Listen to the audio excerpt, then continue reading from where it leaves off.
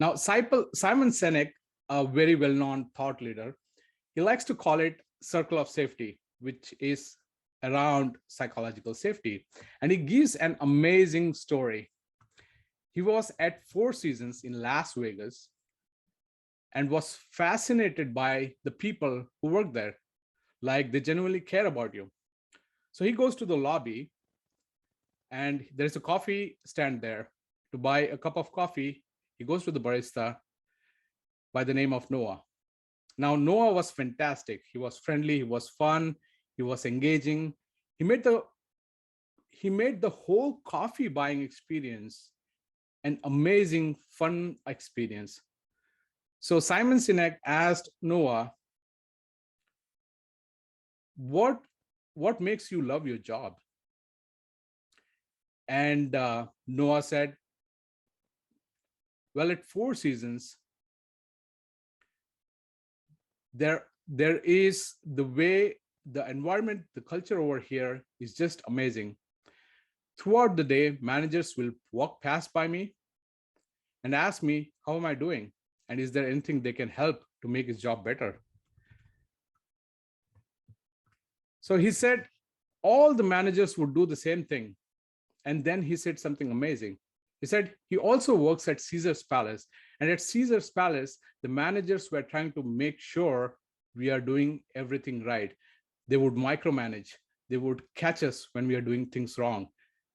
He says when he goes to work there, he keeps his head under the radar and tries to get through the day so that he gets the paycheck. Now, he said at Four Seasons, he can be himself, but at Caesar's Palace, he cannot. Same person, different experience. In a highly psychological, safe environment, people feel that they can be themselves and they can do their best. Now, most of you folks know Scrum Guide. The Scrum Guide says the Scrum Master is accountable for Scrum team's effectiveness. But you cannot have a highly effective team without having a self-managing team.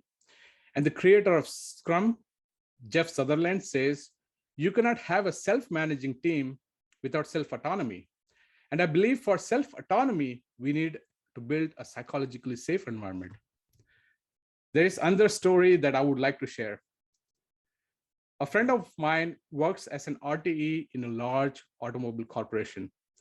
He said they had this one project and the managers wanted to move their application, mobile application, to a new platform. So they decided to do a pilot project and find the feasibility.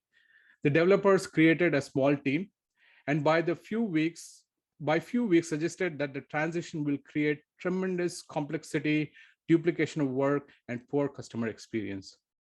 But it so happens by that time, the leaders, before the analysis was even done, had already promoted this idea to their senior leaders. And their senior leaders promoted this idea to their bosses.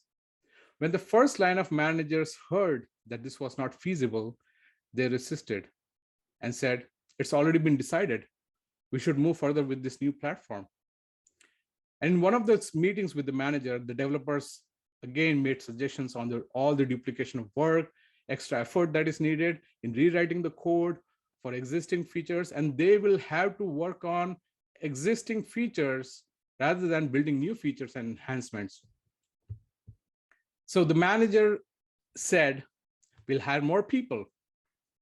And if we won't get this thing done, I will lose my job. And there is also a possibility that you will lose your job. So they hired more people, kept burning cash, millions of dollars, and silenced all suggestions with subtle threats of termination. What effect would it be to the morale, motivation, and productivity of this team? Could their managers create a psychologically safe environment for them? And their managers, can they do that for these managers? Gallup's data revealed that just 3 in 10 US workers strongly agree that at their work, their opinions seem to matter. By moving that ratio to 6 in 10 employees, organizations can realize a 27% reduction in turnover, 40% reduction in safety incidents, and a 12% increase in productivity. Researchers from hundreds of universities have published studies on the positive impact of psychological safety.